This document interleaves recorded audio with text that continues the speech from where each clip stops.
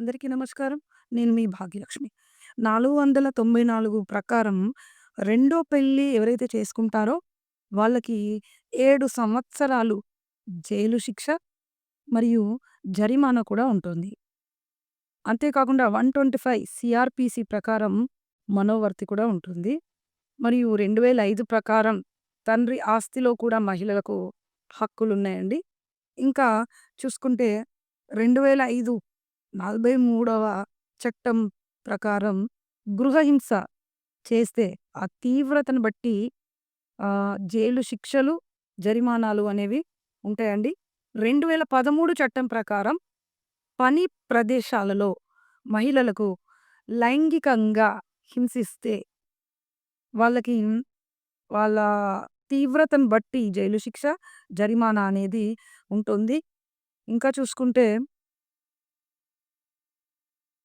148 ఏ ప్రకారం అదనపు కట్నం కోసం వేధిస్తే 3 సంవత్సరాలు జైలు శిక్ష, జరిమానా ఉంటుంది. 497 ప్రకారం ఇతరులతో వివాహిత సంబంధం పెట్టుకుంటే 5 సంవత్సరాలు జైలు శిక్ష, జరిమానా ఉంటుందండి.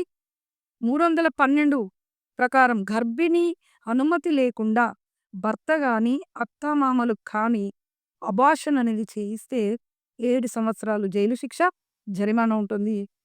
313 భార్య ప్రమేయం లేకుండా కూడా ఒత్తిడితో ఆహ్, ఆహ్, అదేంటిది మన అబార్షన్ చేయిస్తే 10 సంవత్సరాలు జైలు శిక్ష, జరిమానా ఉంటుంది. 363 బాలికలను కిడ్నాప్ చేస్తే ఏంటంటే 7 సంవత్సరాలు జైలు శిక్ష, జరిమానా ఉంటుంది. 366 ఏ ప్రకారం 18 సంవత్సరాల లోపు మహిళలను బెదిరింపులకు పనులు చేయించుకుంటే, వ్యభిచారానికి బలవంతంగా దిప్పితే ఏంటంటే 10 సంవత్సరాలు జైలు శిక్ష, జరిమానా ఉంటుంది.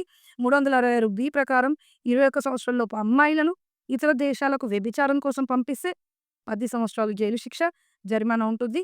372 ప్రకారం ఆడపిల్లల్ని అమ్మితే 10 సంవత్సరాలు జైలు శిక్ష, జరిమానా ఉంటుంది. 373 ప్రకారం మహిళలను కొనుగోలు చేసి వ్యభిచారం చేపిస్తే కూడా 10 సంవత్సరాలు జైలు శిక్ష, జరిమానా ఉంటుంది. 376 మానభంగం కేసులో 7 సంవత్సరాలు జైలు శిక్ష, ఒక్కోసారి జీవితకాల శిక్ష కూడా ఉండే అవకాశం ఎక్కువగా ఉంటుంది. 326 యాసిడ్ దాడులలో కూడా మహిళలను గాయపరిస్తే 10 సంవత్సరాలు జైలు శిక్ష, జరిమానం, ఒక్కోసారి జీవితకాలం కూడా శిక్షలు ఉంటున్నాయి.